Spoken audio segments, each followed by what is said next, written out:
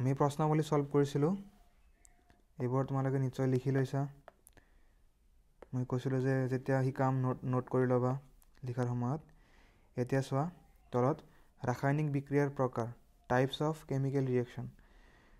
ইয়াত চোৱা ৰাসায়নিক বিক্ৰিয়াত পৰমাণুবোৰৰ মাজৰ বান্ধনী ভাগ আৰু নতুনকৈ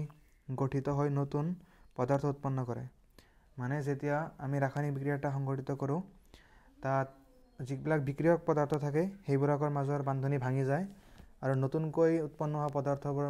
নতুনকৈ যিবোৰ তাৰমানে বিক্ৰিয়াজাত পদাৰ্থ উৎপন্ন হয় তাত নতুন বান্ধনীৰ সৃষ্টি হয় মানে চোৱা যেনে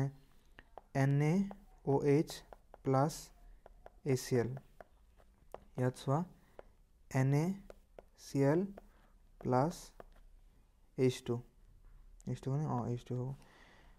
এতিয়া চোৱা ইয়াত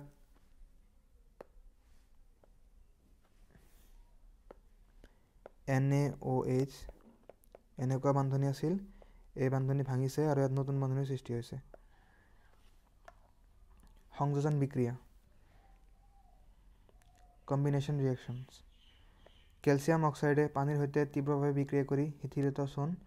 স্লেক্ট লাইম কেলছিয়াম হাইড্ৰক্সাইড উৎপন্ন কৰি প্ৰচুৰ তাপ উৎপন্ন কৰে কেলছিয়াম হাইড্ৰক্সাইড এইটো এই পানীৰ লগত বিক্ৰিয়া কৰি কেলছিয়াম হাইড্ৰক্সাইড উৎপন্ন কৰে ইয়াক শিথিলিত চূণ বুলি কোৱা হয়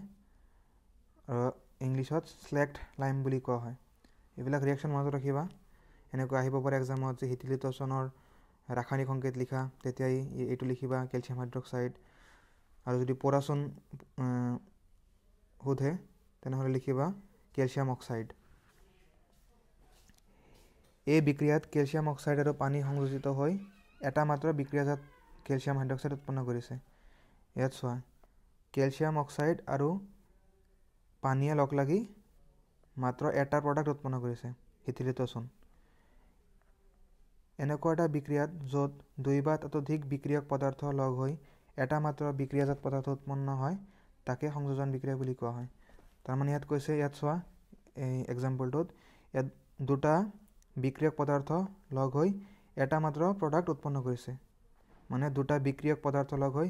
এটা মাত্ৰ বিক্ৰিয়াজাত পদাৰ্থ উৎপন্ন কৰিছে এনেবোৰ বিক্ৰিয়াক সংযোজন বিক্ৰিয়া বুলি কোৱা হয় তো এটা বিক্ৰিয়াক য'ত দুই বা ততোধিক বিক্ৰিয়ক পদাৰ্থ লগ হৈ এটা মাত্ৰ বিক্ৰিয়াজাত পদাৰ্থ উৎপন্ন কৰে তাক সংযোজন বিক্ৰিয়া বুলি কোৱা হয়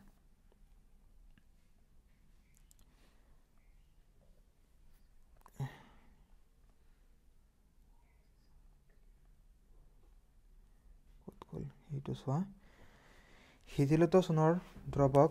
বেৰত বগা ৰং সানিবলৈ ব্যৱহাৰ কৰা হয় বায়ুৰ কাৰ্বন ডাই অক্সাইডৰ সৈতে লাহে লাহে বিক্ৰিয়া কৰি কেলছিয়াম হাইড্ৰক্সাইডে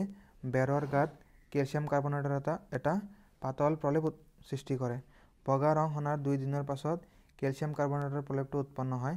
আৰু ইয়াত বেৰত চিকমিকনি সৃষ্টি কৰে তাৰমানে শিথিলিত চূণ কি আছিল শিথিলিত চূণ আছিল কেলছিয়াম হাইড্ৰক্সাইডে CO2ৰ লগত লগ লাগি কেলছিয়াম কাৰ্বনেট উৎপন্ন কৰে আৰু এই কেলছিয়াম কাৰ্বনেট বেৰত চিকমিকনি সৃষ্টি কৰে শিথিলিত চূণৰ দ্ৰৱ বেৰত বগা ৰং সানিবলৈ ব্যৱহাৰ কৰা হয় আৰু এই শিথিলিত চূণ এইটো কেলছিয়াম হাইড্ৰক্সাইড ইয়াক বেৰত বগা ৰং সানিবলৈ ব্যৱহাৰ কৰা হয় এইখিনি পঢ়ি ল'বা ইম্পৰ্টেণ্ট হয় এইবিলাক ৰিয়েকশ্যনবিলাক চাবা